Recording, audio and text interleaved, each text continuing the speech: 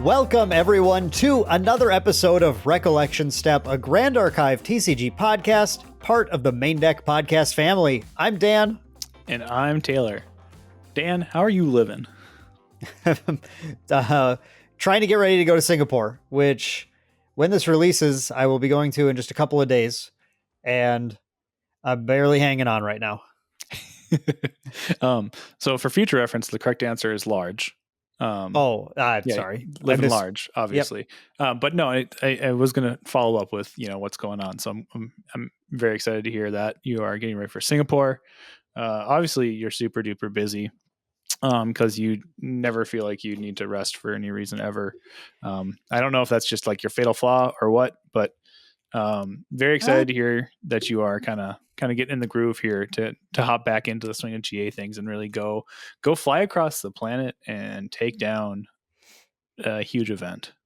Yeah, we'll see about the takedown part, but it has been really fun getting back into the game on a more competitive level. As you guys know, with everything that I do here, I get pulled in a lot of different directions, and it's really hard to focus in and be competitive about any one thing. So it kind of has to come in spurts. But even with everything else going on, I got a little bit of a spurt right now. We're doing some testing. I'm doing some extra, book work on everything, trying to make sure I'm ready to go. So I'll do what I can, the best I can. And I'm really excited to go there and see everybody and hang out and have fun, kind of no matter what happens. Taylor, how about you? What you been up to? I've been trying to get ready for a move here from out of Fargo, moving to Minnesota. And so that's been taking up a lot of my time. I haven't been able to play as much Grand Archive as I would like to recently, unfortunately. But it is what it is. Unfortunately, I really wanted to help kind of get you ready for Singapore, but honestly, I think you guys are doing a really good job anyway.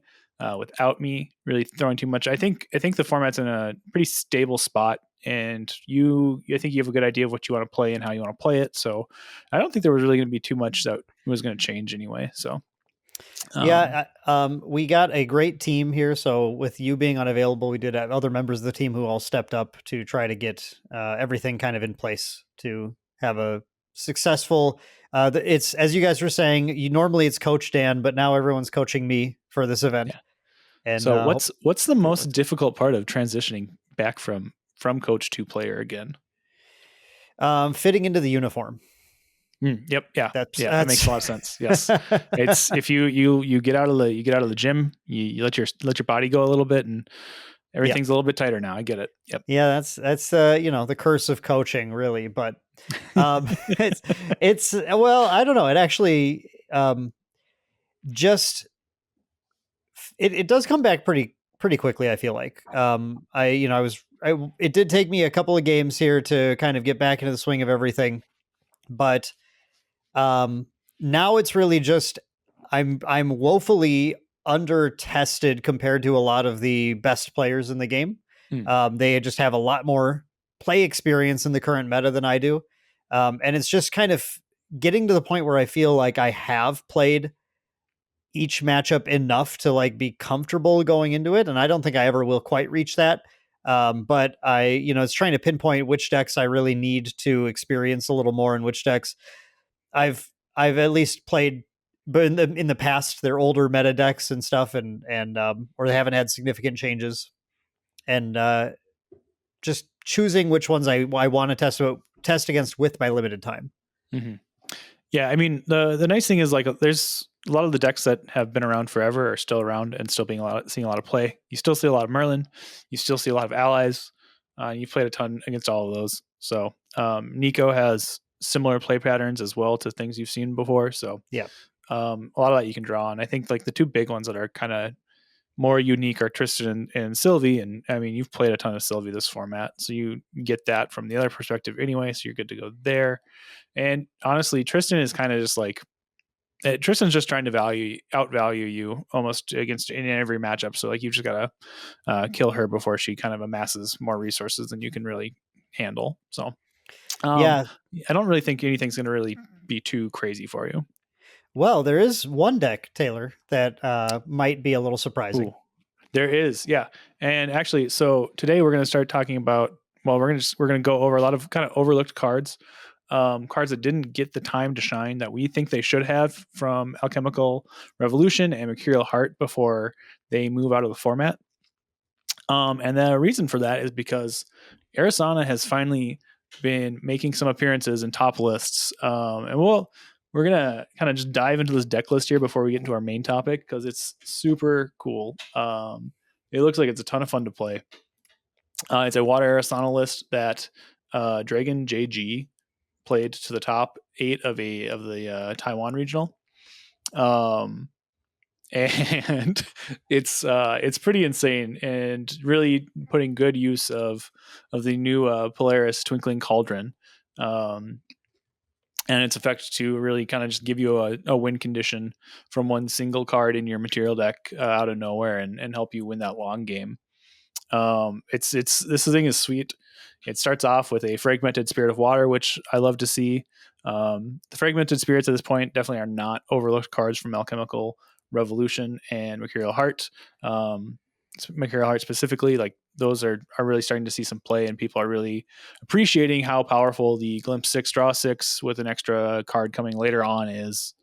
The real surprise here is the Arisanna level 3 is not Astral Zenith. It is Lucent Arbiter, which is the Arisanna that lets you pay 3 reserve and rest her to reveal the top card of your deck and negate a card activation if it costs the same as the card revealed. So just like giving you a lot of sick value over the course of a game if you can get a couple activations to hit. Yeah, on top of that, we've kind of got like the normal Astra offenders in Arisanna. I say offenders and I say normal. Like there's been a lot of Arisanna lists popping around. Actually, I think most of this deck is like pretty unique and kind of novel here. Even in terms of like what people have been playing in Arisanna. The only one that really is like I think a mainstay is Cosmic Astroscope. It's playing Ingredient Pouch, which I think you've cut that from a lot of the Arisanna lists you were playing, right? No, Dan? I never cut Ingredient Pouch. No. Okay. Card's crazy. Yeah, I mean, it's really good in the long game. It's just when I was playing Arisanna, like I always found it difficult to play it before I got to level 3. And then when I got to level 3, I wanted to be playing my Astra cards. But I agree, it's like a ton of value in over the course of a game. And with Polaris now, you really want to get as many extra herbs as you can get to load your Polaris up before you pop that and put Cosmic Bolts into your library. Dan, why don't you go into the main deck a little bit here? Yeah, and I just want to mention that we're going to have a link in the description below with the deck list if you want to check that out. And I'll also have it on screen while we're talking about this too, just so you can kind of follow along a little bit if you're watching the video version of the podcast. But the main deck, Taylor, you said there's a lot of unique stuff, and I agree. There are a few kind of interesting pieces, and one of these cards we will be talking about, I think, a little bit later as well. Mm-hmm. And kind of the cool thing about this, though, is that it is doing something that I know a number of players had been leaning towards a little bit in the past, which is the idea of just jamming it full of cards that will negate things. So really what I'm seeing is a deck that is like if you took Fire Rye, the like 30 arcane version of Fire Rye or whatever, you just swapped all the arcane for Astra, and then you swapped all the other things for counter spells. Yep. Right? Like it's like kind of the idea and negation and the usual, like Rye usually plays things to survive. So this does a lot of that stuff, but it's just trying to also counter all the stuff on the way there. So to that end, we have just a jam-packed Astra package, 4 copies of Astra Sight, which especially if you are not, I mean, I think I don't know, either way, I think Astra Sight is one of the sight cards that is probably like along with Arcane, the most like shoe-in its archetype because of just the raw value it's able to accumulate. You have 4 copies of Astral Seal, which has really become a critical card, I think, for Arisanna as people have been exploring the new versions of her, as just the hardest counter spell in the game, the one that just says, nope, that's not going to happen, and it doesn't matter what the thing is. With the other cool advantage of in a deck, we've talked about this, Taylor. We've talked about a format where one of the most powerful decks has a very uninteractable game plan of banishing a bunch of stuff to power up Storm Slimes, right? Well, Astral Seal is there to punish your opponent for banishing their critical slimes by making it a free negation against any slime that happens to be banished that your opponent. So if they lose their advanced element slimes early on, it's gonna cost them later. 4 copies of Comet Fall. You just gotta blast the board. To that end, 2 copies of Meteor Strike. This is a new one from Mercurial Heart, and one of the new little pieces that she got in there that is sometimes a sort of a Comet Fall, and then other times it's an Excalibur. Just destroy anything that isn't a champion, depending on if you star call it or not. So very nice, flexible card that she has to deal with more threats. A copy of Prima Materia. Fan of this, big fan of the one of little cheeky Prima. You can brew it sometimes and get just like accrued value. It adds to your end game damage a ton. 2 copies of Scry the Scars. A lot of my versions of Arisanna have ended up on either 2 or 3 copies of Scry the Stars. It's felt pretty good to have that number, so I felt nice seeing that there. I think that's about right. 3 copies of Spell Shield Astra. You got to survive a little bit. Those are our Spell Shield Arcanes to prevent the damage. And then the 4 copies of Constellatory Spire, which of course you're going to run when you're running Lucent Arbiter and the package of other negation stuff. This is something that main deck Mitch, when he was toying around with Arisanna, he was really on the Lucent Arbiter train. And had definitely, like, we saw this in play, it was when all of us realized, oh wait, no, you can just put multiple of these out. They replace themselves when you play them. They're not unique. You can just like stack them up, counter a single thing, and then dome your opponent for like 6 or 8 or something.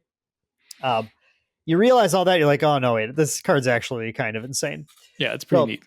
That's like the Astra package. But Taylor, what's the thing that's missing from the Astra package?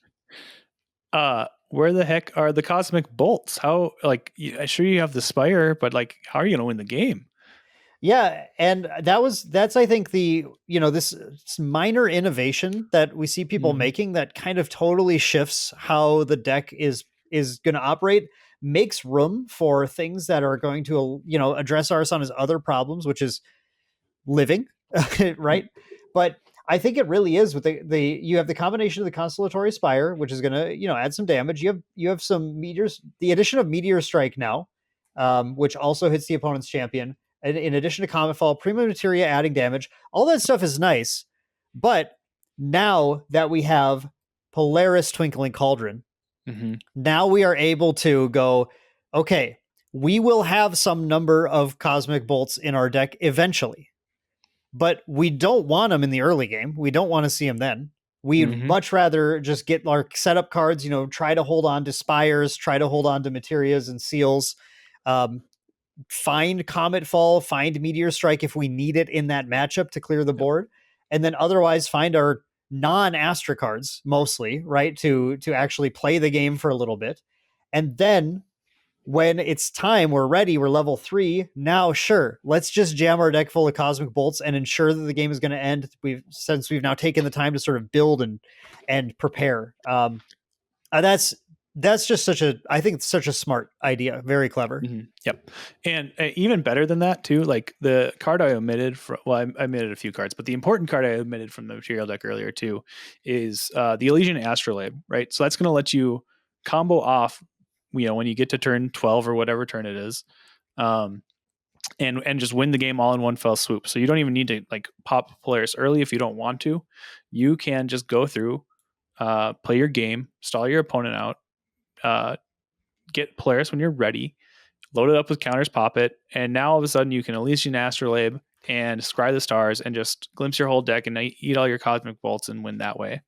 So you don't even have to you don't have to sit there and like try and win over the course of turns after you've popped Polaris either. You can just win, which is really, really helpful, because like trying to actually sit there and glimpse to all your bolts as Arisanna, even if you have control of the game, is just slow, and it gives your opponent opportunities to claw their way back in, and this just shuts the door. So Let's just talk real quickly about how this card is way better for a reason that people didn't necessarily think about. The fact that, I mean, we're running Quicksilver Grail already as a Divine Relic, which is 2 cards out of your material deck for one. And of course, with Elysian, for people don't know these cards necessarily. So the Elysian Astrolabe is a 2-cost material deck regalia. Hindered, materialize it if it's the last card in your material deck, and only if your starting material deck size was 12.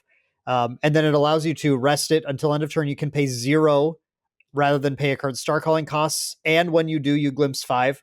Combo being Scry the Stars will give all your cards that you're glimpsing star calling X, where X is their cost. So now everything you glimpse has star calling 0, and then you glimpse 5 when you're done. So you do actually combo and just go through your entire deck.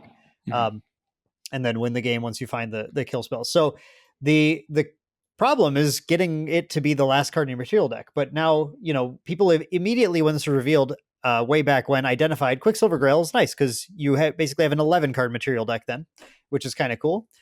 But Polaris being able to activate out of your deck actually makes it a 10 card material deck now instead. So it's just, again, shaving one more turn off this clock, because you do have to drop that Astrolabe, and then it's hindered, and you do need to wait like one more turn to be able to go off. It's not, I don't think how this deck is always going to win the game. I haven't had the privilege, I guess, of seeing this in play yet, but it's a nice thing that's there to go, if the game goes late enough, it is guaranteed Arisanna's game, as long as they're not holding on to like an Excalibur or something to deal with the Astrolabe. Yep. Yeah. No, this is a very sweet list. It's clearly very well thought out and very well tested. I'm excited to see more of this in the future. I think it's really dope.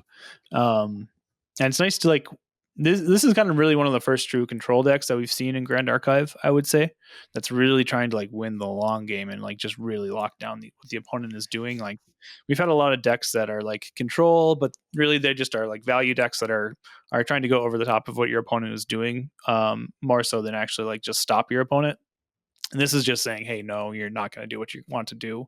So this is really exciting to see on the popping up in top cuts here. And it's also great to see Arisanna finally get a time to shine as well.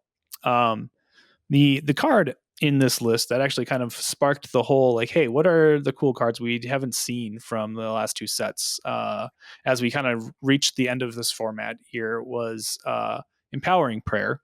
And we're gonna go into that a little bit more here.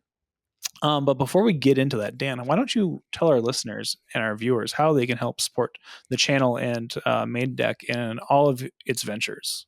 Absolutely. I'm very excited to talk about all these cards, but before we do, I want to just mention to everyone, if you do appreciate Recollection Step or any of the other podcasts that we do here on Maindeck, we really appreciate you supporting us by doing all the usual interaction things on YouTube, liking the video, commenting down below with your thoughts on this Arisanna list or any of the cards we're about to talk about.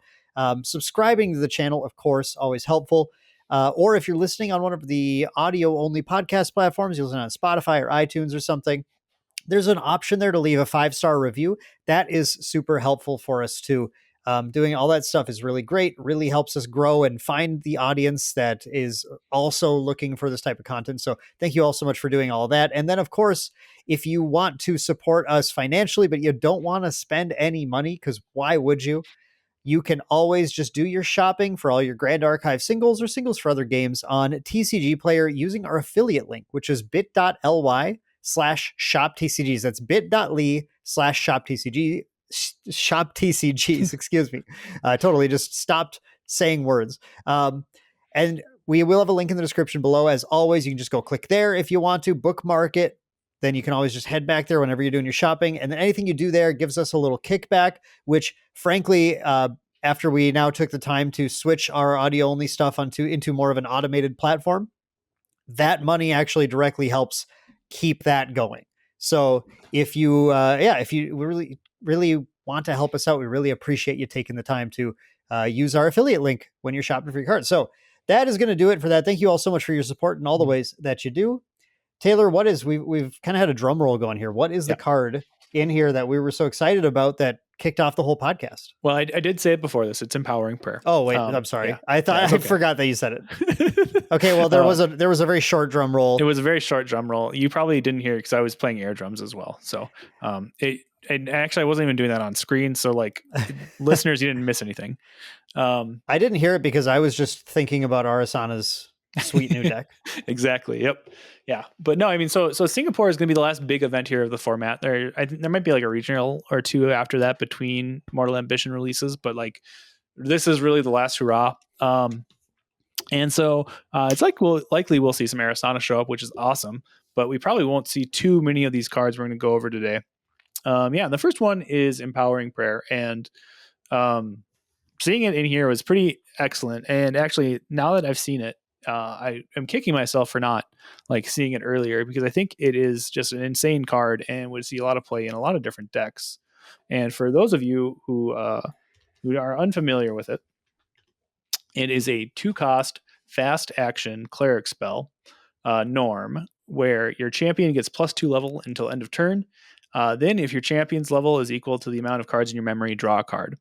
So just like a really, kind of quaint effect. Like it basically just cycles itself essentially if you play it at level 0 with nothing in memory. Kind of whatever. But I mean, we've seen a lot of cards like that see play already, just to help with leveling up. So like Fast Cure, which this Arisanna list was also playing 4 copies of. We've seen Juggle Knives out of Assassin lists. We've seen Elixir of whatever the one that draws you a card in your memory is. Serum of Wisdom. Serum of Wisdom, thank you. Yeah. Yep. But I mean, we've seen a lot of cards like that just replace themselves, and just to help with leveling up, right? So just from that standpoint, I'm a little surprised that we didn't see more Empowering Prayer in this format. But I mean, there's 2 very notable champions at the moment. One more than the other for the most part, but that both really feature wanting more levels, and that's Merlin and Rye.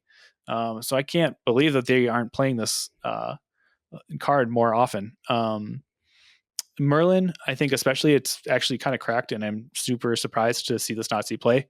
It lets you, level for free from 0 to 1, or I shouldn't say for free, for no additional cost. It lets you power up your fireballs in the late game. Once you actually get to Merlin 3, it lets you play your Incarnate Majesty easier, which is a really huge one. Normally you get to level 3 or to Merlin 3, and you're probably like level 4 or 5 depending on how many level counters you were able to get at Merlin 2.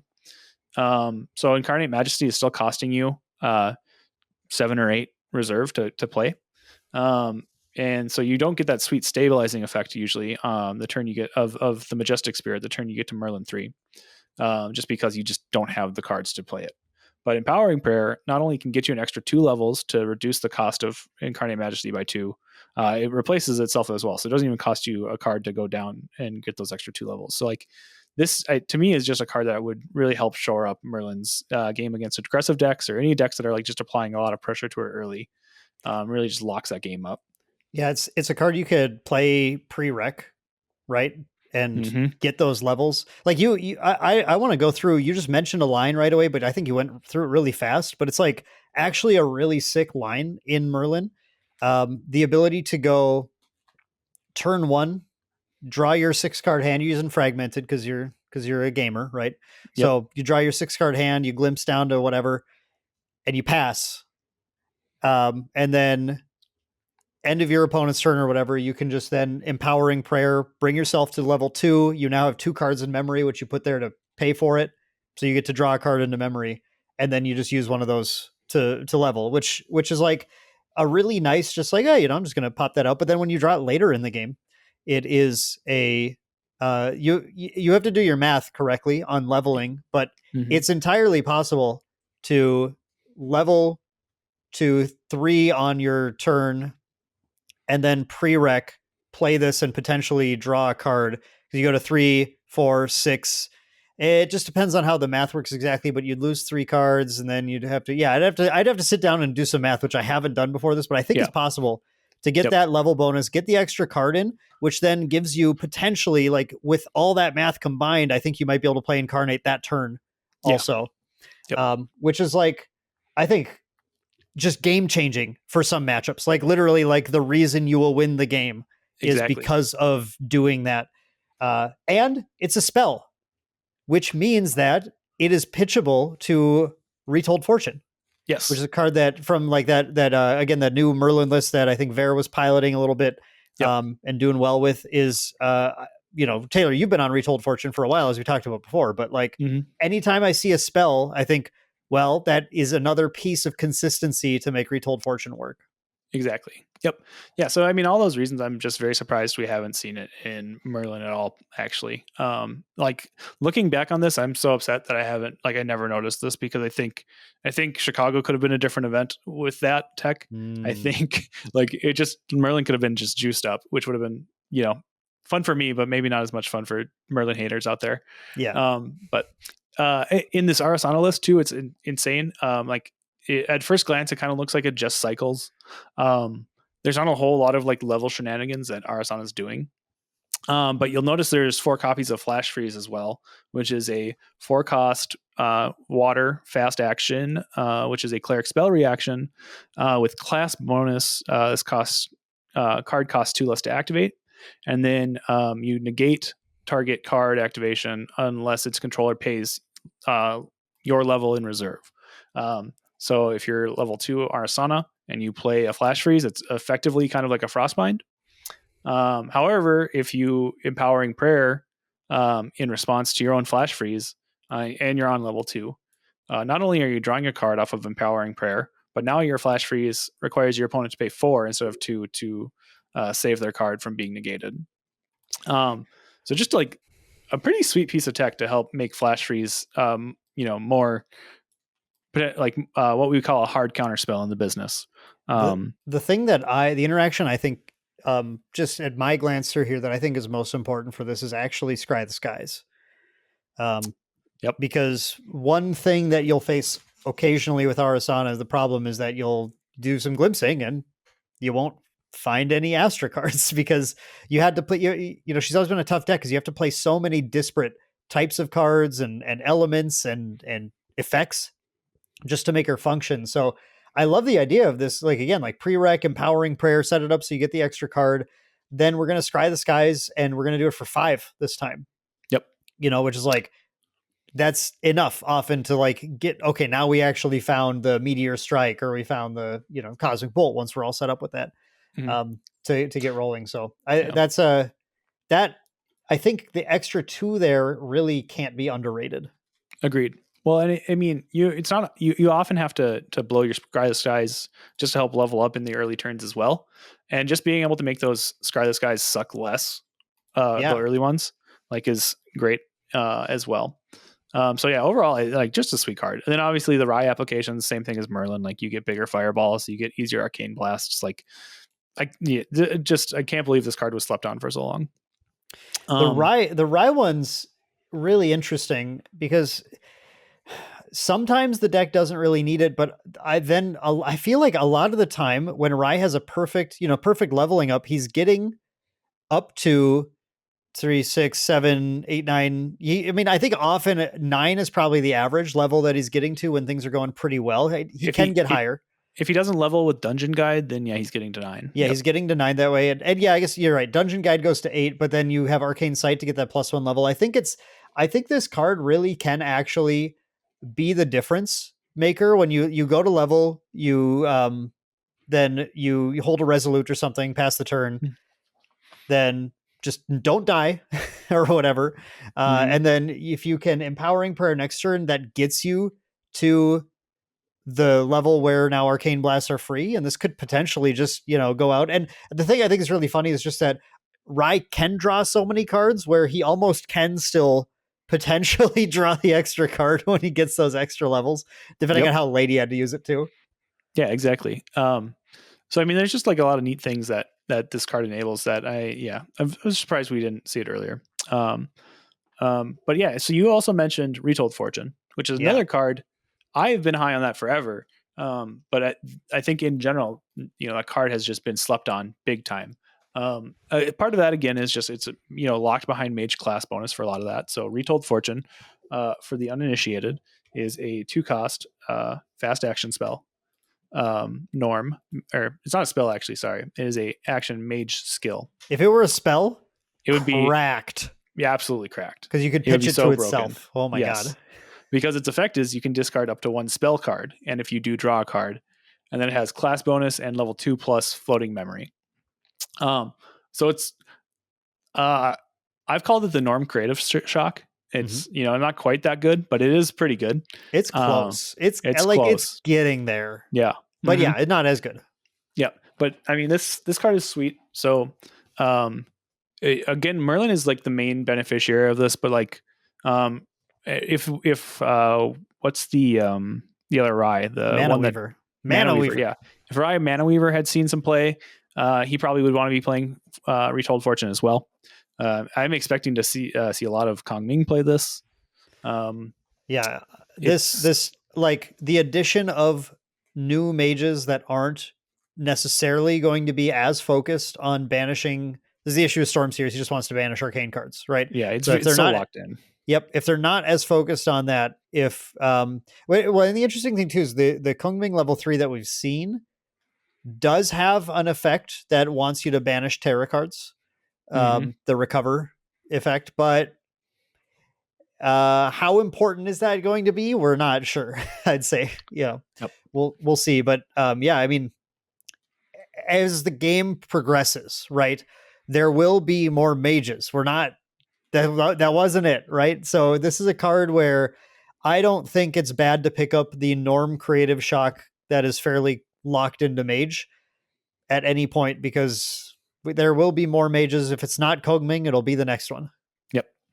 But yeah, I mean, this has actually been awesome with the Fragmented Spirits a lot too in Merlin. I've mostly been playing it in water. I was trying to make it in firework for a bit, and I didn't really like where it played until I saw Vera's list with that cut all of the like allies and just moved to more spells. And I was like, oh, this is exactly what Retold Fortune needed. Because you just didn't have the density of floating memory spells to play alongside Retold Fortune to make it worth it.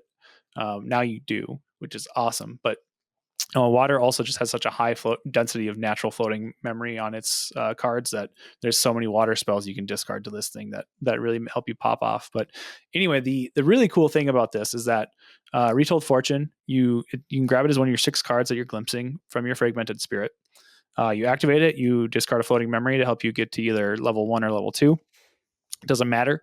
Now you're Merlin level 2, and you can use her ability to banish your own Retold Fortune that just became active once you hit level 2 to help you get to level 3 or to get you the level counter to be level 3 to draw the card off of the Spirit Shard token. And that just makes the Fragmented Spirits so much easier to play. Everything is so much smoother. Like you don't have to rely on your opponents having floating memory for you to eat. You don't have to like rely on finding even more floating memory. You just have like this dedicated spot. Like the Retold Fortune might as well just say like when you level to 2 as Merlin, pop this and draw a card. Yeah. Yep. It's a really sweet card, and it just makes your draws really smooth. And then of course too, it's like very relevant in the late game still. Because it says draw a card, not draw a card into memory. So you can use this to actually like cycle cards on your turn in the late game to dig to what you need. Like if you need to find your last fireball to kill somebody, or find your Incarnate Majesty on when you're level 9 and can play it for super cheap. This will help you dig for it and stabilize the game from there. It's worth mentioning too that things like Incarnate Majesty, you can sometimes brick on a little bit, draw like too many of them. And this is a card that actually puts it into the discard pile and gets you something maybe more useful. And then if you do need it back later, then Cruxite gets it for you, right? Which is like, it's such a kind of smoothing card. It smooths, I think, a lot of how that deck works. So it's really nice to have someone come up with a list where it feels really good. Yeah. I mean, that was always like Crux's main issue is like you would draw too many Crux cards in the early game, right? Like I mean, the same with every level 3 deck, because you've got all these advanced element cards that you don't want to see until you're level 3. But it always just felt like the games you lost as Merlin were because of that. And so having a way to get past that glut of Crux cards without actually having to cut Crux cards was is super, super useful. And Merlin players, if you're going to be playing in Singapore, definitely be trying to add Retold Fortune to your list. Figure out a way to make that work, because it's you're really gonna appreciate that over a long day. The extra consistency there, that and the Fragmented Spirits are going to do you a lot of good. Yeah, I could sing praises of this card all day, but we should probably keep going with the cards. Dan's got to get back to testing / real world or whatever. Mostly editing videos right now. Yeah. All right. So the next one on the list is Alchehest, which I think is sweet. I've played this quite a bit in a few different decks. Again, it's mostly Merlin, and it's got a level restriction. That's why. So Alchehest is a 0 memory cost this time. Norm Regalia item, Cleric Solvent. At the beginning of your Recollection phase, you may put an age counter on a potion item you control. We don't care about that part. That part's whatever. Maybe Arisanna wants it. I don't know. It's dumb. The real cool part is level 4+, banish Alchehest, destroy target item or weapon with memory cost 0 or reserve cost 4 or less. So it's just a sweet way for you to always have some sort of like regalia removal or weapon item removal from your material deck, like just whenever you really need it. Instead of trying to hope you like draw into one of your fracturizes or your reduced ashes or something, like it's just a really consistent way to remove problem permanents. Like maybe you had to discard a Incarnate Majesty early to a Retold Fortune, and then your opponent played a Nullifying Lantern, so you can't crux sight it back, right? Well, now you get this Alchehest, you blow up their Nullifying Lantern, you get your Incarnate Majesty back, you win the game, and everybody's happy except for your opponent because you had the answer. So like I'm surprised we haven't seen more sweet like the material deck used for more sweet removal options like this. Yeah, can I just throw out that an extremely common answer to decks that do choose to attack is Terrafring, which can only be activated during the Recollection phase. No, wait, maybe I'm wrong here because this doesn't work. What I'm about to say, I think, right? I might just cut this. Are you suggesting that you blow up Terrafring with Alchehest? Yeah, but that totally works, right? Because you banish. You have to play the Alchehest during Materialize, and then once it resolves, players don't have opportunity before we move on. So if they've already played the Terrafring and you don't have Alchehest out already, it's too late. You're right. Yeah. So I was trying to say that if the Terrafring, if they go, okay, Terrafring, you can't go on my turn, I'll Alchehest it. Because I'll materialize Alchehest and I'll hit it because that you don't have opportunity to do that. Correct. Yeah. You would if Alchehest entering the battlefield triggered anything. Right. But I do not think any of those effects exist yet. Yeah. I'm just going to cut that whole part of that then. No, leave it. Because this is still important. What? No. Because so if you are preempting the Terrafring, if you have like a decent board, like you've got a Ghost of Pendragon and an Incarnate Majesty, and you think your opponent needs to get a Terrafring in order to stop you from winning the game next turn, you get the Alchehest preemptively, and then they can't materialize it back. Sure. I mean, so when you do it proactively like that too, that shuts down not just Terrafring, but also Safeguard Amulet. Exactly. Yeah. Yep. Which is quite strong. So, okay, fair enough. You guys got a little behind the curtain peek when I normally try to cut things out when I think I'm going to be an idiot, but here Taylor just decided to leave it in. So there you go, everyone. Enjoy. Well, I mean, so also to be fair, Dan doesn't do that very often. We don't cut a lot of stuff out. Sometimes we do. Sometimes we've like in the past we were doing like our rulings episode. And, that one was that was rough. That was rough because we weren't as prepared for that as we should have been. Yeah, that was fun. That was a good time. But anyway, yeah. So, but no, it's a good learning experience for everybody involved, I'd say. So yeah. But again, this is through the eyes of Merlin because that's been my favorite champion to play the last few months. But this is also something that Arisanna could play. pretty easily with all these herbs. You're probably hitting an herb that lets you gain a level. Yep. That's all you need, just one of them. Yep. Or maybe you're playing Empowering Prayer, and all of a sudden you can pop the Alchemist without Empowering Prayer, getting you to level 4, even from your level 2 champion, right? So yeah, a lot of ways to use that. Are there any others? There's not really any other sweet leveling mechanics that we've seen. Tamer can, and actually though, specifically this new Wind Allen one that's going around. Yep. That is the list where I think I don't remember. I haven't looked at it in a little bit. I don't remember if they had an Alchemist in there, but there's your Terrafring like answer, right? Mm-hmm. You just, after you level to Allen, you can pretty easily keep yourself a level 4 and just boom, pop the Terrafring. Boom. That list does indeed. Mano was indeed running an Alchemist. Mano is a genius. Yep. Very smart player. That is, see, this guy knows what's up. That's awesome. Yeah. Very cool. Very cool. Yep. Yeah. So a very underrated piece of removal, and something I think we'll see a lot more moving forward, actually.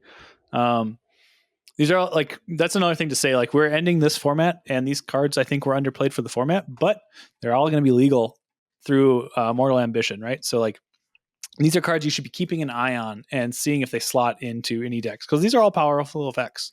They just might not have the support that they need at the moment, or or in some cases they have the support, just nobody's bothered to look for it, right? So these are all things that we can be trying to play moving on. So yep. Another sick piece of removal for y'all. Let's go on to the card that I'm pretty sure you put on just to appease me, but let's talk about it. I know I every time I like build a list and I put Grand Crusader's Ring in, I'm thinking maybe I should put Temporal Spectrometer in instead. Good man. Because I'm only building level 3 lists because those are the best. They're fun. And yeah, so Temporal Spectrometer is a 0 memory cost Norm Regalia item, cleric artifact. It's a divine relic, so you can only have one divine relic in your material deck. And you rest it to put a time counter on Temporal Spectrometer. And then while paying for a memory cost, you can sacrifice Temporal Spectrometer to pay for X of that cost, where X is the amount of time counters on Temporal Spectrometer. So this is a sweet divine relic that can net you up to 12 cards if you are using it to play a Majestic Spirit from your material deck. I got halfway there one time. Yeah. I was trying. I was like, no, I'm gonna play Majestic Spirit out of material deck during Materialize using my Spectrometer. Mm-hmm. And then I gave up because I won the game. I didn't. Yep. I didn't need to use it. Yeah, there's no need at that point. But no, I mean, this is like a super understated card. I think it's very underrated as well. I think it's so underrated. It's so underrated. Yeah. Because he doesn't just have to pay for champions, right? He pays for anything from your material deck. And so at its base level, you can get a card out of it by resting it once and paying for any one memory cost regalia, right? Yep.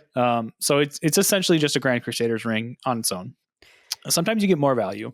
Maybe you go to level 2 with it. You've rested it twice, so you've had it out for 2 turns. Maybe you get a Prismatic Edge with it. Maybe you get a Vapor Jet Shield with it, and you're not a Guardian.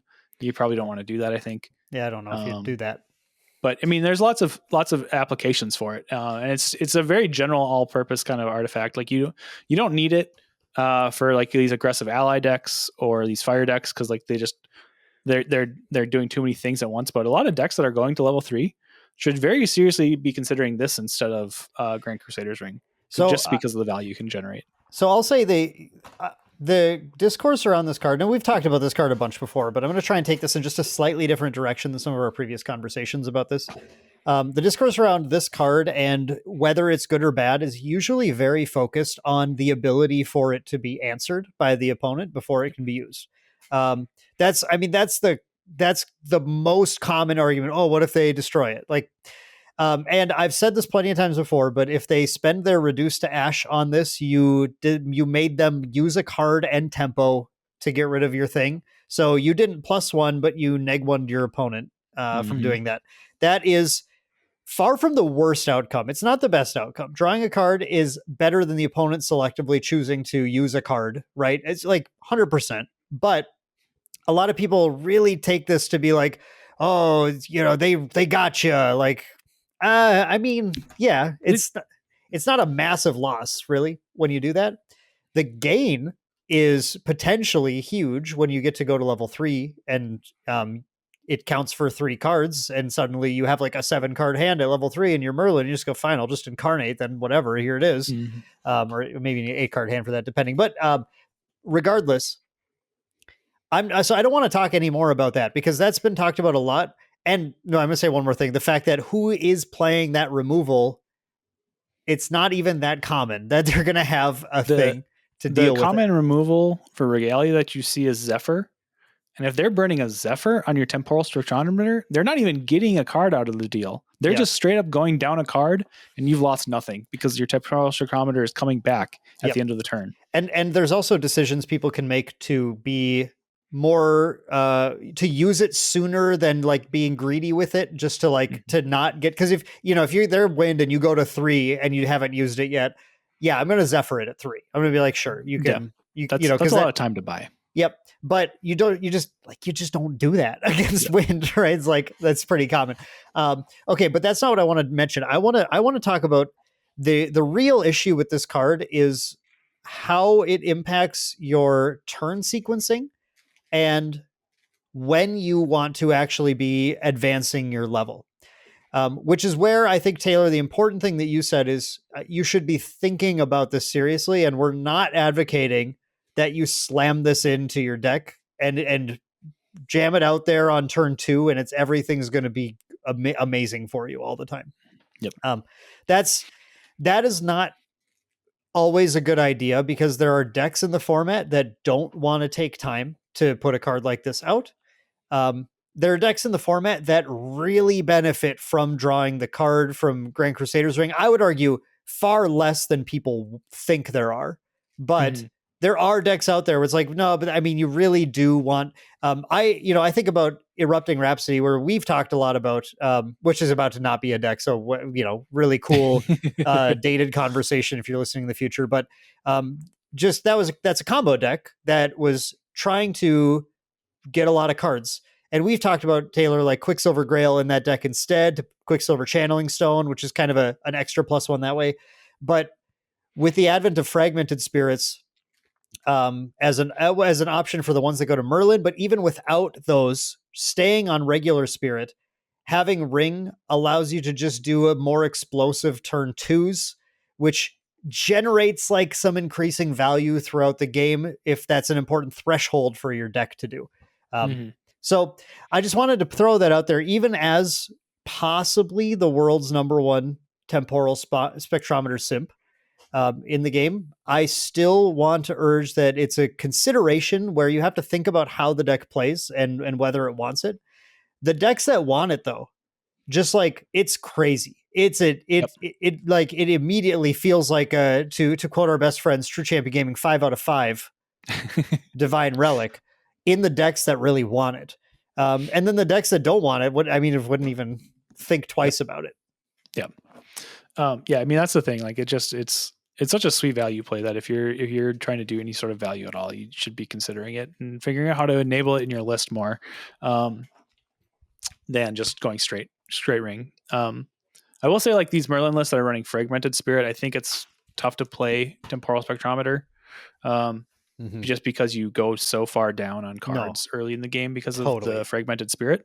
But I mean, we have like backup chargers in the format now too with Mercurial Heart, which is essentially a Grand Crusader's Ring for all intents and purposes.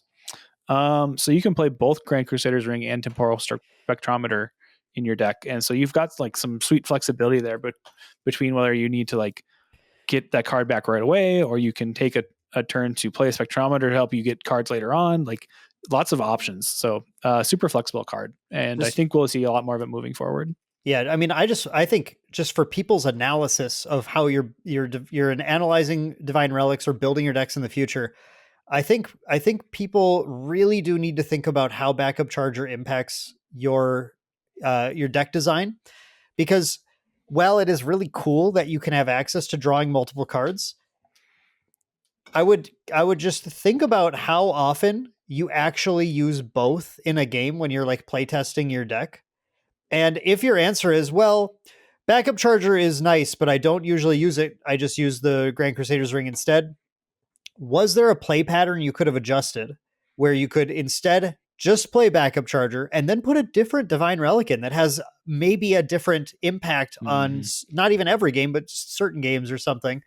Because you can shore up your win rate in different ways if you can find new angles like that to play when you've got your kind of your ground already covered for the effects that you were looking for with backup charger. Yep. Yeah, exactly. All right, let's move on. This next one, I expect to get some flack for because Arisanna was a card that has existed for 8 months now and has not seen play for 8 months.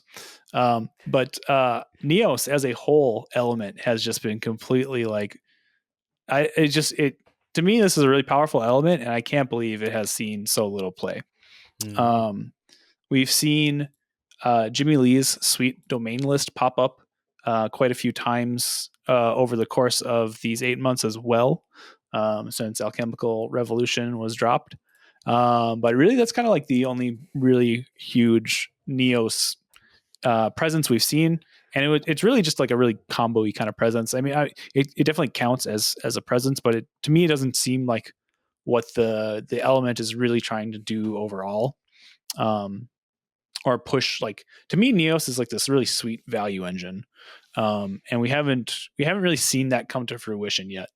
You have cards that just generate tons of value over the course of a game. Obviously, Tenaris, Genesis Aegis, the level 3 champion, that creates a bunch of obelisks that go from there to create sword tokens and ally tokens and protect your units from damage. In Mercurial Heart, we had Alchemical Scripture, which draws a card into your memory at the beginning of each of your end phases. Like just straight up draws you cards. We have multiple Neos allies that create tokens, more ally tokens when you play them, that are pretty strong on their own. You've got Archon Broadsword, which is a sword regalia that gets extremely large with the amount of tokens you have. Like, there's just so many sweet cards here that I can't believe Neos decks were not able to pop off like I thought they should have. I feel like it's, if anything, it's maybe just been a symptom of the metagame not being appropriate for this deck to like feel like the key, the right answer to whatever is going on, because Neos is so focused on creating tokens and stuff, just putting stuff on the board. And we have truly had a metagame, especially with MRC. The Neos barely even had an opportunity to do anything because Tristan and Sylvie were both so explosive that you could have 80 tokens on the board as long as they didn't attack me last turn.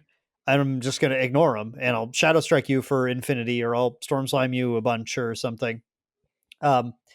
It just never felt like it was quite the right opportunity. But as the game, moves on and more decks enter the format and become powerful in different ways than the current decks are, Neos is always one to kind of take a look at as an underexplored option full of some honestly pretty cracked, pretty crazy cards. I'm going to point out real quick, like Provoke Obstinance, which is one of the best protective plays you can have. Or just protect up to 5 things with Spell Shroud and prevent the next 2 damage to be dealt to each of them if they're units.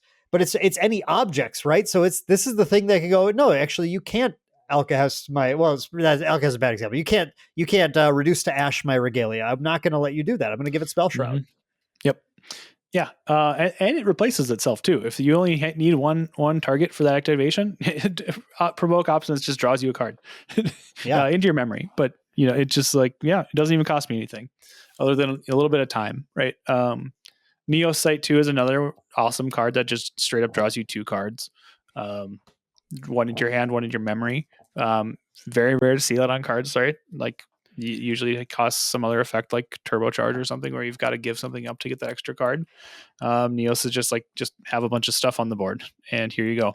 And we have not just like we have the domains that have as part of Jimmy Lee's deck, obviously putting the big domain engine up, but there's some really good new domains from MRC. Well, not so new anymore, but more recent domains that are certainly a playable route. And it looks like in Mortal Ambition, we're seeing we're seeing more domains. We're seeing Fantasias.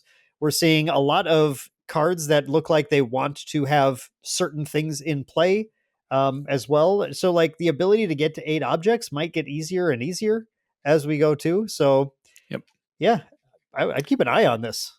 Yeah, 100%. Because I mean, like, if you've played any Neos decks too, you understand like how powerful that late game is. Like, you've got a certain few kill conditions out of certain decks that like really just don't care how much stuff you have on the board, and they don't really care that you have 30 life either. Like, they still can kind of kill you out of nowhere or over time pretty well. But I mean, like, just given infinite amount of turns, like, Tony is the only one. Neos is the only one that's able to like generate infinite things currently. So this is definitely something to keep an eye on as we move forward here. Just anything that's going to help you kind of enable that in the future. So next one that is kind of criminal. It is starting to see a little bit more play now. This is probably I think the least justifiable card on this list, just because of the fact that it has been in a number of top cut lists, right? It's seen very little play actually. It's made it. I'm just saying, like, it's been 1 or 2 copies spread throughout the format. We saw some early slime lists that were jamming a copy in. Oh, sure, okay, yep. And that was way back, right? But and only recently did we see the new Wind Allen list. But sorry, I buried the lead. Yeah. What's the card? The card is Geldus, Terror of Dorumegia, which is a 6 cost, 6 reserve cost, norm, unique ally, Tamer Beast Bull, a 5/8, so just a massive dude. With Pride 4, level 3+, this card costs 2 less to activate, and class bonus on enter, Geldus gains your choice of Spell Shroud or Taunt until the beginning of your next turn. This Wind Allen list that's popped up has been playing 4 copies of it in the main, which is really cool. We've played a couple copies of it in Merlin sideboards, but really that's kind of like all it's really seen after the first kind of couple weeks of the format, I'd say. So just really has not seen widespread play at all. And people are finally kind of realizing how powerful a large ally is, especially when it's this easy to play. The main issue here is like Pride 4, right? Like, you see Pride 4 and you're like, I can't get to Pride 4. I'm not playing this card ever because I can't ever attack with it. But you get champions like Alan, Sylvie, Rye, Merlin, who all can get to level 4 fairly easily. You have a 5/8 that can attack every single turn. Like, what is your opponent doing about that? Like, just commonly played removal cards, don't touch it. Very few people are playing like things like Disintegrate, right? Wind has no clean answers. Water has no clean answers. Except for, that's Dream Fairy and Snow Fairy answer it really well. Yes, the fairies are easily the answers to this. However, that's really it out of those 2 elements, right? And even Fire, right, has Disintegrate. Otherwise, like, you've got to send a ton of bodies at Geldus in order to kill it as a 5/8. So you have to attack it with a ton of things in order to really hit that health threshold. Meanwhile, hitting for 5 every turn is awesome. Like, you're basically killing any ally you want, or you're just smacking your opponent for a 5th of their life at level 3. So just a super powerful card, and something I think that is really helping teach players of the game how impactful big stats are, because we just really haven't seen these yet outside of like boss monsters like Crawl and Majestic Spirit. And I'm going to also throw out there that I think with Mortal Ambition, this Tamer non-slime beast strategy is one you're going to want to think about. I think I've seen a few things already where I'm like, yeah, this is looking like it's getting pretty close to like a Menace ally deck. So I'm very excited. I'm probably going to mess around with that deck because it sounds extremely fun and powerful. And yeah, you better believe I'm jamming Geldus in that thing. Yep. Yeah. I mean, even like, there's enough cards too in the format that just like get you a level permanently somehow, like either through a level counter or some other effect. I'm kind of surprised we haven't seen, or more. I shouldn't say I'm surprised, but there are plenty of ways to enable this even outside of like Tamers and Merlin. Yeah. If you want to use that as your game plan. Nobody actually wants to play Develop Mana though, right? That's no one wants to, but like honestly, it's not a bad plan. Like it's not a good plan necessarily. It's a plan. Yep. Yeah. It's better than a concept of a plan. Oh, 100%. Yeah, much better. I mean, this is like fleshed out. Like it's not just I'm not just sitting here like trying to be like, we could play an ally and see what happens. We've got things to find here. But no, I mean, like there's ways to enable in the format, and there's probably just it's probably worth it at some point because it's so hard to deal with, right? As long as you can make sure you're not dying, like it's trying to deal with a 5/8 is really difficult. And so I think we'll see more effort put into these larger allies, in the future. More effort from players, I should say. Like Weebs doesn't have to put any effort into these large allies. Like they just print them and they're out there. So yeah, Geldus is sweet. Yeah, not much really more to say than that. So one more. Well, we got a couple more, but this next one is actually kind of sick. I was about to say precursor to agility, but it was released at the same time, so it's not really a precursor. But the card is Tonic of Remembrance, which is a norm 3 reserve item, cleric potion. You can brew it with 1 catalyst and 1 adjuvant, or you can just play it for its reserve cost. And then it has class bonus, banish Tonic of Remembrance, return up to 3 cards from your memory to your hand. So this is obviously locked behind cleric for its really cool effect, but this is essentially agility 3. I think this card's insane. I think this card is actually like I when the set was first spoiled, I ignored this card entirely for some reason, and then one day.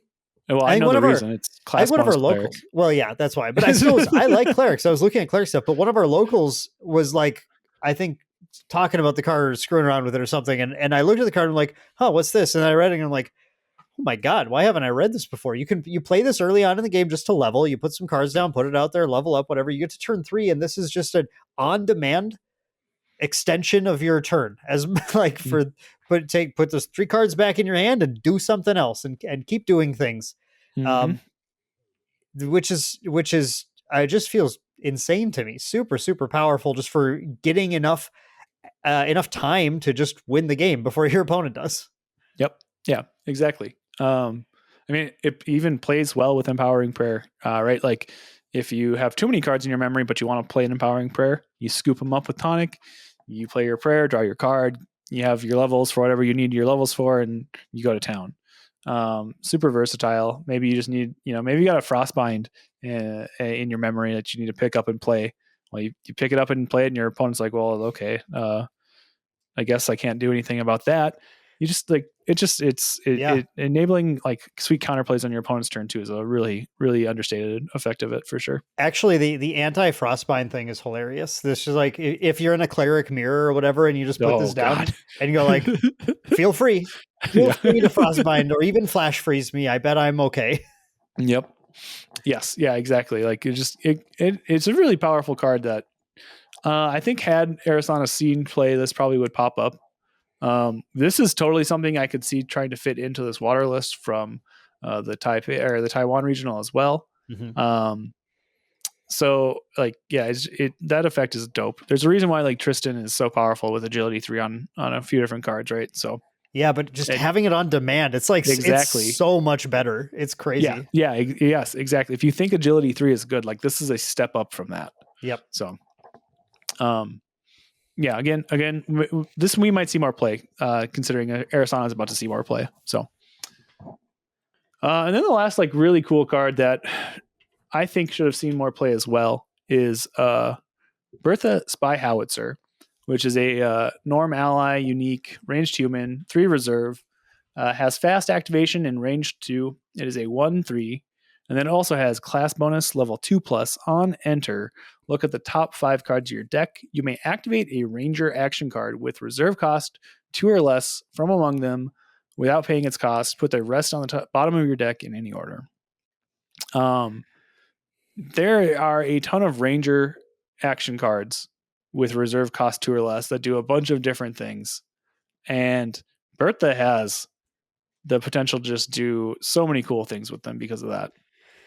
I think the big problem is just that Ranger has been super underplayed in the format. I think Ranger's still good, actually. And it's been interesting that sort of just supplanted by, again, I think Tristan and Sylvie kind of doing some of that burst stuff, but with a little more consistency built in. But then you look at this card and you go, well, here's a fast activation ally, so you can activate it whenever you feel like it. That alone, like if I see an ally with fast activation, I read it a second time because that is one of the most powerful 2 words you can have on a card.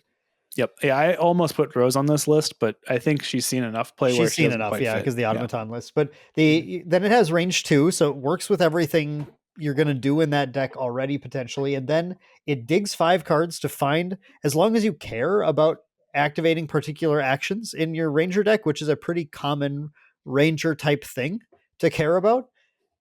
It is a card that adds a bunch of consistency to this deck, and it's on enter. You want to talk again about, like, you know, the abuse of blinking things in Sylvie with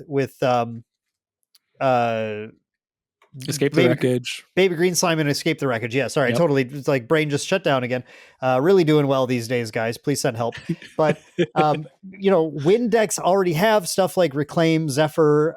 In this deck, Percy, another card that you can play here. So Bertha is a blinkable on enter to get that effect multiple times to try and find some really, really nice cards, including you can find your Ranger actions that will distant and reposition distance something and have floating memory. So then you can level to 3 next turn, because this is a 2+. So you have to be a level 2, but you're Ranger, you're trying to level.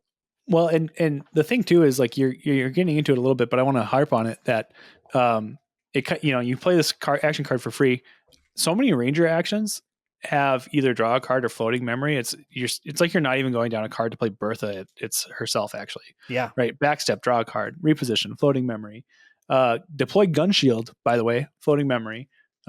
Navigate the Streets if you want to, floating memory. Like Juggle Knives. That's just the norm cards. Like, there's so many of these cards. Skirting Step, that Scout the Land, that replace themselves. Like, Bertha just doesn't even cost you a card to play. But then, yeah, you're getting into it here too. Beyond, like, replacing itself, there's so many different varied effects you can get out of these Ranger actions. You can make your units distant. You can prevent damage to them. You can protect your guns. You can, outside of distant, give them even more damage, right? Like, there's a ton of different things. You can materialize a bullet. Like, yeah, it's insane the amount of things you can do with Bertha. And when you're level 3 and you're playing Bertha, you're actually able to get things like Umbra Sight, Demon's Aim, False Step. Like, these are good cards. You cannot get Umbra Sight because that is a mage spell. Oh, it's a cleric spell, actually.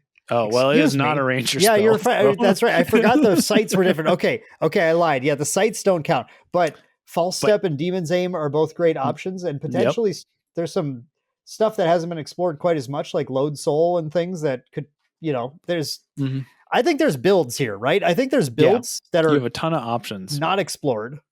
Yep, I completely agree. And, like, you have enough actions that you want to play anyway that replace themselves, that, like, even if you don't find something you want to do that's just straight damage, at the very worst, like, Bertha just replaces herself and gives you another card in your hand somehow. So, like, excellent card, I think, is completely underrated. Yeah, like, we just haven't seen enough Ranger going around. There's, like, been a Wind Allies list that's been popping up every once in a while. But that's kind of it. We see a Fire Ranger build every once in a while too, that when the format makes itself vulnerable to these aggressive ones, or you're just turboing to 3 or turboing to a turbo shot or something, or not a turbo, taser shot. Thank you. And you know, when the format's vulnerable, those kind of things, that those decks will pop up. But I think there's definitely some of these, like, some sweet mid-rangey lists that want to play Bertha and want to, like, blink her or even just play her once for value or whatever and go to town. So another one to keep in mind, like, with Mortal Ambition coming, there's going to be support for all 7 classes. There's probably going to be ranger actions that cost 2 or less that you can find and play for free with Bertha. So I think some of the new allies that we've seen actually so far are ranger and have ranger class bonuses too. Yes. Like some of the horses and stuff. So there's a lot of potential for some ranger shenanigans to happen here. Yeah, and I think Taylor, you had a couple cards listed here as honorable mentions in our document, which I believe are actually both ranger cards as well. They are. Yes, they are.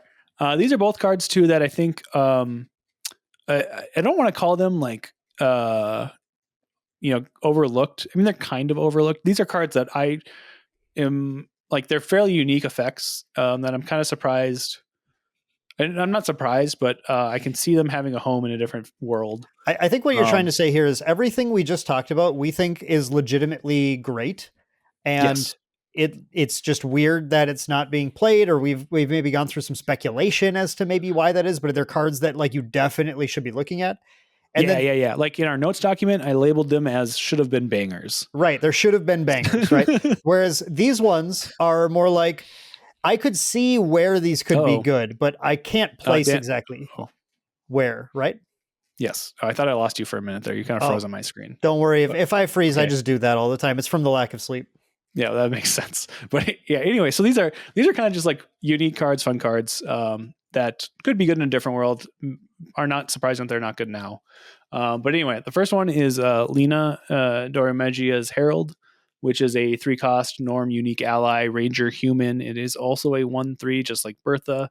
Has class bonus to True Sight, and then she also has you can pay 4 reserve and rest her to look at the top 4 cards of your deck. You may reveal a ranger ally card from among them and put it into your hand. You put the rest on the bottom of your deck in any order. This ability costs 2 less to activate as long as Lena is distant. So, I mean, this is like a really sweet kind of just recurring card advantage engine. Like essentially this says like pay 4, tap her, rest her, draw a card, right? 2 if she's distant. So like that's a pretty powerful effect. You don't have a lot of like, they actually have almost 0 repeatable draw card effects in Grand Archive. Yeah. They just like don't exist. They're like prima materia. Exactly. Yep. Yeah. So just having like a repeatable card draw effect on an ally seems really powerful. The on an ally part obviously is also the weakness of it, because allies are pretty easy to remove for the most part, especially 3 health ones. So it's not really too painfully difficult to see why Lena didn't see a lot of play. For reserve is also a fairly large cost when you're trying to do other things too, or you try to protect her, right? Like that's not a non-zero cost, and usually making her distant costs non-zero as well. Yep. So it does require quite a few resources to keep her around and keep using her. But I mean, like, it just that's a powerful ability. So if we see some really cheap distant enablers in Mortal Ambition, like this is actually something that could see play and really kind of start to take over some deck where you want to play a bunch of ranger allies.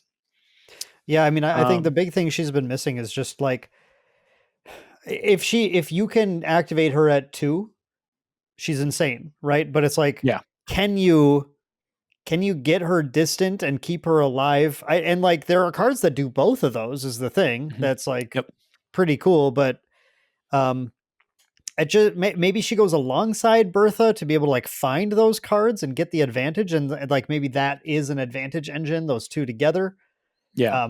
Or I don't know. It's something that needs to be explored. You kind of need it's like a slower ranger deck. And a lot of the powerful ranger decks have been ones that are a little more, turbo, pedal to the metal kind of leveling stuff. Yeah, exactly. Like the success we've seen from ranger so far has been like the ones that can put a lot of pressure on you early and really make like a taser shot really painful. Yeah. So yeah, I mean, Bertha and Lena seem like best friends though. So they definitely would go well together. I mean, that's the thing too, right? Like this ability is also activated at fast speed. So Bertha also activated at fast speed. All your protection spells activated at fast speed, right? So like this is something where you can keep her up, keep her ability up, and then at the end of your opponent's turn, if they weren't able to actually deal with her, attempt to remove her, right? If you didn't have to spend any resources to protect her, then you can activate her ability and kind of like save some card economy that way. But here, I'll it's just still just a lot of resources. I'll throw this last thought out there. If we see a ranger in the future who has a repeatable agility or something, then we're in business. I think that's the effect you need to make this kind of just like, I play on your turn, and if I don't do something important, I accrue value instead kind of engine that you set up here. And you just kind of need the agility to really make that function. Well, okay. All right. That sparked some brilliance here, because this ability, the class bonus ability on Lena, is True Sight, not her card advantage ability, right? Yeah. So you could just plop her and a bunch of ranger allies into like Tristan or something, that somebody that wants, like, that has like Sadie. She has access to Sadie to give her agility over time. Yeah. And you could, like, if there's enough good ranger allies that play well, like, there's a deck, right? Like, that right there I'm is listening. how you do this. Interesting. We'll see. Let's I might be brewing this weekend. We'll see. I like it. Yeah. And our other honorable mention is Swooping Talons, which is a 3-cost norm action ranger skill. You choose one. You either deal 2 damage to target ally, or at level 2+, you destroy target item with memory cost 0 or reserve cost 4 or less. We tried to play this in decks so many times. We've tried to put this in sideboards like a million times since it released. Yep. Yeah. So this one is less overlooked and more like maybe just not quite good enough. Yeah. But it's really close. I think it's actually really close, especially now that Slimes and Tristan are in the format, because there's so many allies in those lists that have 2 or less health. 2 damage is so relevant against like Slimes and stuff. It's a card that you don't feel bad having in the early game against Slimes. Yep. And then randomly, in the later game, that destroy target item can just be like, again, we went through it earlier, but like, oh, cool. I'll hit your Terrafring, I'll hit your Safeguard or whatever, and or Nullifying Lantern or something. Yep. Yeah, hits like Quicksilver Grail if they're doing any of those shenanigans, making them kind of pop it earlier than they want to. Hits used to hit Stone Scale Band. It does not hit Stone Scale Band anymore. Does not hit Stone Scale Band anymore. Oh wow, Stone Scale Band buffed. Wow. Unbelievable. I can't believe it. But yeah, I mean, this is just like a really flexible card that I like. Again, like, if the format is ripe, like, this is a card that can eat. So I would just keep an eye on it going into Mortal Ambition and see what happens. Or if like the only decks people play in your meta are Sylvie and Tristan, like, this is probably worth trying to like take a look at. It doesn't answer a ton of like Tristan's allies super cleanly. No, because like Sadie, they just pop it back to hand, doesn't worry about it. But Korhazi Outlook is banned. That was like one of the only 3 health allies in that deck. And so now you're stuck with like Windmill Engineers and stuff that you can pop. I don't think this is good against Tristan. I don't think so either, but I'm just spitballing. I'm just vibing that's what you got to do, right? And that's if we can leave the audience on any thought after this, it's that we say this a lot, but Grand Archive is frankly this super underexplored game. It really is. I think people are very quick, and understandably, but very quick to latch on to the trends and the decks. And there's a reason why in most major events, we see decks where people have innovated and come up with like, wow, like actually that is really good. That's, even if it's a small innovation, like Ver's Merlin list, or a big innovation like the Allen list. There are people who are out there trying, or the Arisanna list we started off with. I should have referenced that. That was the full circle that I meant to bring, but or the Arisanna list, right?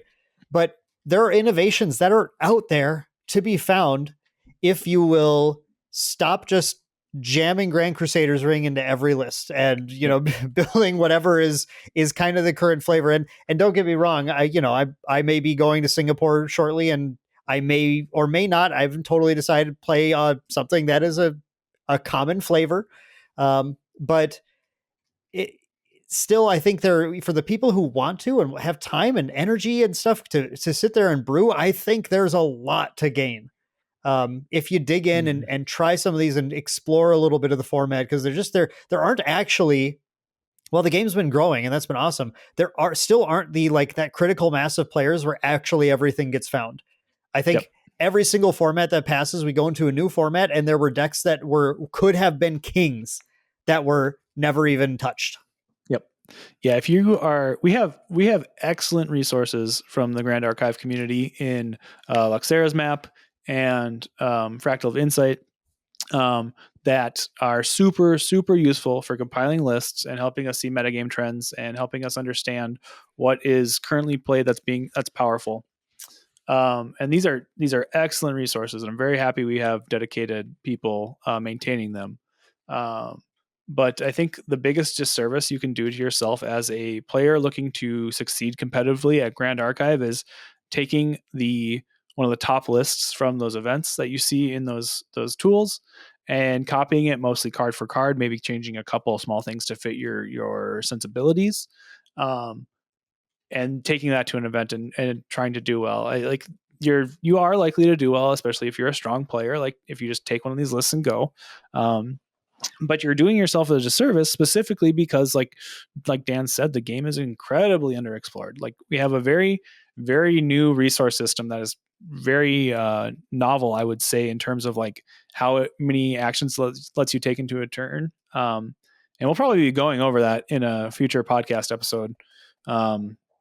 Somewhat soonish. Like it's something I've been thinking about quite a bit. I just got to get some like well-defined thoughts around it. But like we don't see anything like this in other games that like let you have a ton of actions right from the get-go. And not even just like, it's not even that you have a ton of actions, it's that you can take any action at all. Like your whole game is like open to you from turn 0. And that has not really happened anywhere else yet. So you have an incredible amount of freedom to try things and experiment and find what works well and what doesn't. And we're seeing kind of like play patterns that we thought would be good from other games that are similar, and we're finding out they're not actually that good. It's all because we're learning this game in real time, and we don't have the critical mass of players at the moment to get to these, honed in lists quickly at all. Like I would say I would be very surprised if half of the like decks that were meant to be competitively viable were like matched up with half the results. Does that make sense? Is this like when Bilbo tried to thank everyone for coming to his birthday party or something? Yeah, a little bit. Okay. I didn't follow it at all. I'm a hobbit. Excellent. But no. So, I mean, so Sil on the Discord recently said like Grand Archive probably has about 9,000 players at the moment registered through Omnidex. Yeah. Which is like nothing. Not to say Grand Archive is a small game or anything like that, but in terms of like data sets and a bunch of monkeys sitting at a typewriter for years at a time, just typing infinitely until they come up with Hamlet, that doesn't even scratch the surface of that, right? Yeah. Like. It's not there's enough so many possibilities. Grand Archive has not enough monkeys right now. So exactly, yes. Be the monkey that Grand Archive needs. Agree. Well, okay, yeah, but I mean, real talk. We have rabbits, we have horses. Like, where are the monkeys, Sil? Yes. Sil, Are they in Mortal Ambition? They could be. They could be actually.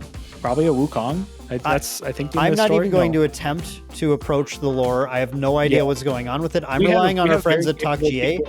Yeah, exactly. Byfall. Yep. They're gonna hook me up. I don't know what's going on. So maybe there are monkeys, maybe there aren't. Yeah. We leave that to the professionals, which we are not. We are certainly not.